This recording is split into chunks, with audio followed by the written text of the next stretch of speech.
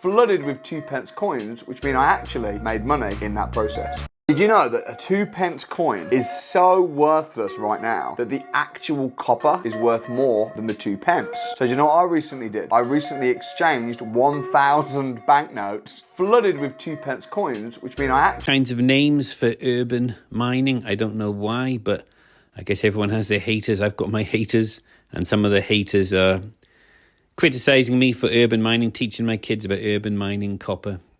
They said, I don't think I've seen anything quite as desperate as this for some time. And they're all laughing. Oh, stupid. Urban mining the copper out of the pennies and 2p's. Someone else said, I wondered what had happened to him. And you have to feel sorry for kids like that. They feel sorry for my kids because I'm teaching them to urban mine copper out of the 2p's and 1p's.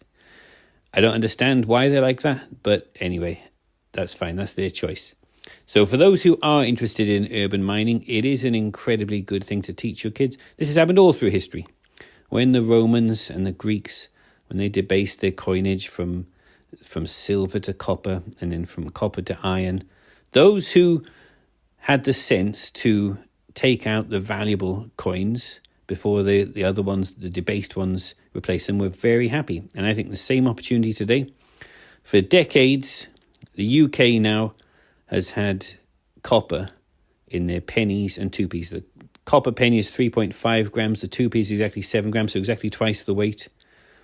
And you can see here, I've been called stupid man for doing this. And you have to feel sorry for kids like that whose father is a complete nut job. I'm a nut job for teaching my kids about monetary history. But if you do want to do this, the 1p coin pre-92 was all copper, 3.5 grams copper. It's not 100% copper, 97% copper. And then from 92 up until 98, they went to iron. These are worthless slugs, just made to look copper, but they are not copper. And then 1998, for some reason, for 1 year, they went back to minting copper again, 1 and 2p coins. And then from 1999 up until today, they're all steel, iron, worthless, really. So if you're interested in keeping the copper ones, look at this chart. This is very rough estimate of the value of the 3.5 grams. That's a penny. There was a time when it started, 3.5 grams of copper was worth less than a penny.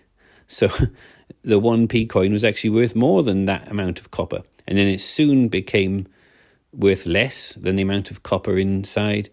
And then it went to double. It went to 2p.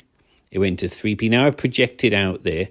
So that's my projection for the next few years up until 2030. I think it'll go up a long, long way because it's something real and the currency is getting debased. But I cannot prove that. Time will tell. But at the moment, it's worth about 3p, 300%. If you can stack 1 metric ton of pennies and 2p's, which a lot of us are doing, it takes years to do that much. You know, you're going to get 300% return on that. And I think that will just keep going up. Plus, I think they will be worth more than just scrap value of copper because, well, for many reasons, it's perfect barter items. If the dollar collapses, then the pound will collapse soon after. And if you have real copper, 1 and 2p coins, I think you'll be able to buy bread, milk, cheese, eggs, goods and services. If they're copper and a magnet, you can check if it's copper or steel. I think they'll be worth more than that. So at the moment, a 1p coin is worth 3p. A 2p coin is worth twice that, 6p. Because, of course, 3.5 grams of copper in a 1p coin and a 2p coin is exactly twice the weight of copper, 7 grams. So a 2p coin is actually worth 6p now. And it doesn't take long to get a kilo. What you do, you go to the bank and you ask for coppers, please, I'd like pennies. You give them a £50 note or a £20 note. Say you wanted to do £20 and they'll give you bags of 1 and 2p coins. You bring them all back, and with kids or grandkids, it's a really nice, fun thing to do. Teach them about monetary history.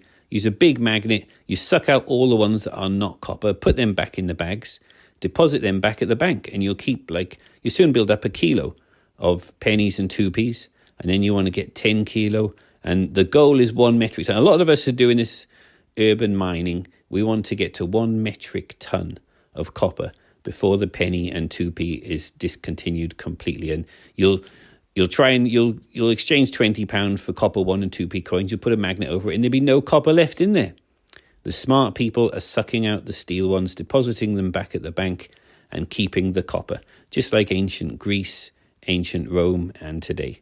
So as well as silver, of course, my channel mostly I talk about silver, but copper is number 2. I love silver and copper for long-term stores of value.